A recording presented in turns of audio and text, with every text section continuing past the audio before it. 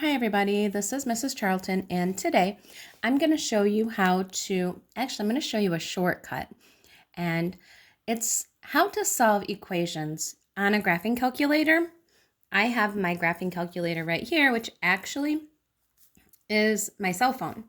I downloaded the Wabbit EMU app, and we've actually told you about this earlier in the year.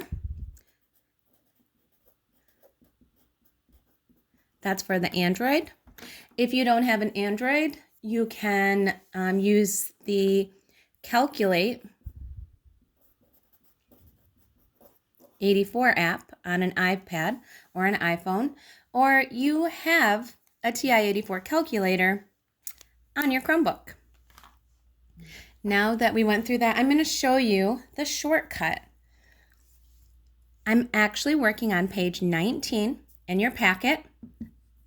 And if you don't have your packet, please write down these directions because they're going to be very helpful for you. We have been solving systems of equations, and we know that when we find the solution, it's where they intersect. So now I have an equation here. It is 4x plus 1 equals 9.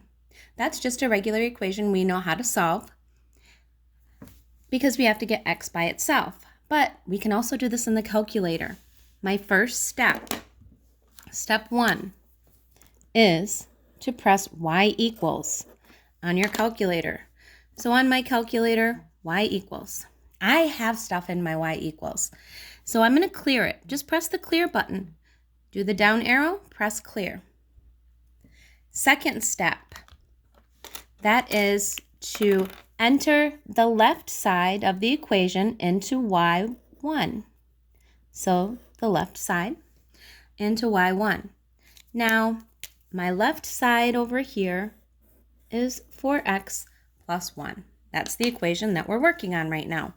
So I'm going to go up to my y1 and put 4. Now, the x is right here. See how it has an x there? So the x is right there. So 4x plus 1. Then I can press enter. I'm going to go down to my y2. My y2, I am going to put the right side of the equation in there. So my y2, in this case, is going to be just 9. So put 9 for your y2. Now, press graph. That's the easiest part. You just pressed graph, and we're going to look and see what it looks like. Graph is up in the upper right-hand corner. I'm going to see 2 lines pop up, and the answer is where they intersect. Now, it's kind of hard to see, even if I were to zoom in, and I think I can do that, but still, it's hard to see. So there's an easier way to do this. What I'll do is I'm going to find the point of intersection, and the directions are in step 5. So I'm going to press second calc 5 for intersect. So on my calculator, I will do second. And so second is blue, so is calc. So it's second, it's a trace. I need to know where they intersect because that's where the answer is. So I'm going to go all the way down to 5, or I can press the number 5, and then I'll press enter. So now it's asking me questions. It's asking me first curve. Well, I'm just going to press enter. I don't know these answers. Second curve, I don't know that answer either. I want them to guess what the answer. And now they will tell me. So in this case, if I'm solving an equation and I needed to figure out what x was, whatever my x is here, that's my answer. So here, x equals 2. We could do this by just solving the equation. 4x plus 1 equals 9. Let's check it. I know I want to get the x by itself, so I'm going to minus 1 from both sides. So I have 4x equals 8. Divide by 4 for both sides, and my x equals 2. So it came out correctly. All right, now I'm going to show you how this works on graphing equations, or solving systems of equations, sorry. So when I'm solving a system of equations, remember, I have 2 equations. I have this one,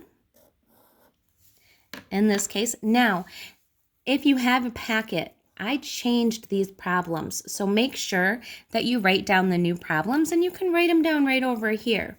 Now the orange, I'm going to mark that as my Y1. And the blue is going to be my Y2. We're going to follow the steps that we just did in my calculator. The first thing I'm going to do, though, is I am going to go to my Y equals, and I have stuff in there, so I need to clear it out. Press clear, go down to Y2, press clear. Now we're going up to Y1. Y1, I can't put Y equals in there. It's already in there. So I'm just going to include the 2x plus 10. So I will do 2x plus 10. In my Y2, I'll scroll down, and I'm just going to put x plus 7. X plus 7. Now, I'm going to follow the same steps that I just did. I'll press graph. Look for my 2 problems to pop up.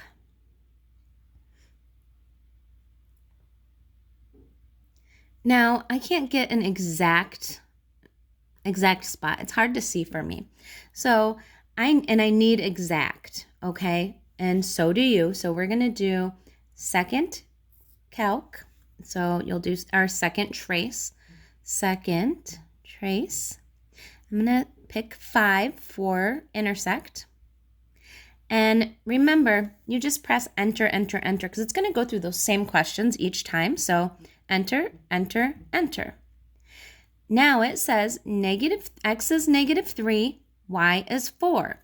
So I'm looking for my ordered pair. Remember, we're doing the system of equations now.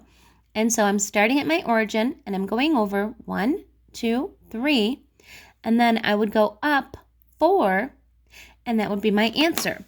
So we need to find our solution, and our solution in this case is -3, 4. So we have been solving it by graphing. So we've been making you graph both lines and then find the intersection. This is a lot easier. You can just put it in your calculator. So let's do the last one. The last one is 5x minus 3.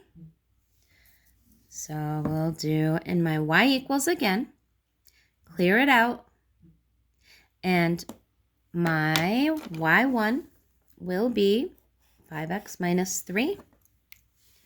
So 5x minus 3. Whoops, I put that in my y2. Let's go up. 5x minus 3. Go down to your y2. And you're going to put -3x plus 2. -3x plus 2.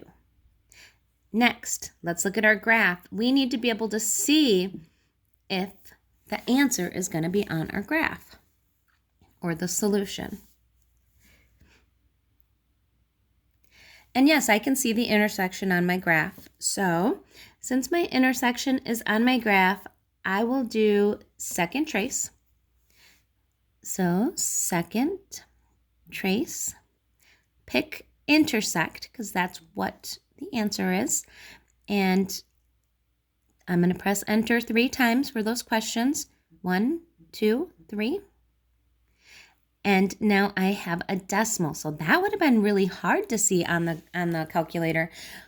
In the decimal, we're going to round to the nearest hundredth. So in this case, hundredth is the second number after the decimal. So I know my x is going to be 0.6. I have to decide if it's going to be a 2, stay a 2, or move up to a 3. And that 5 right there is telling me it's going to be a 3.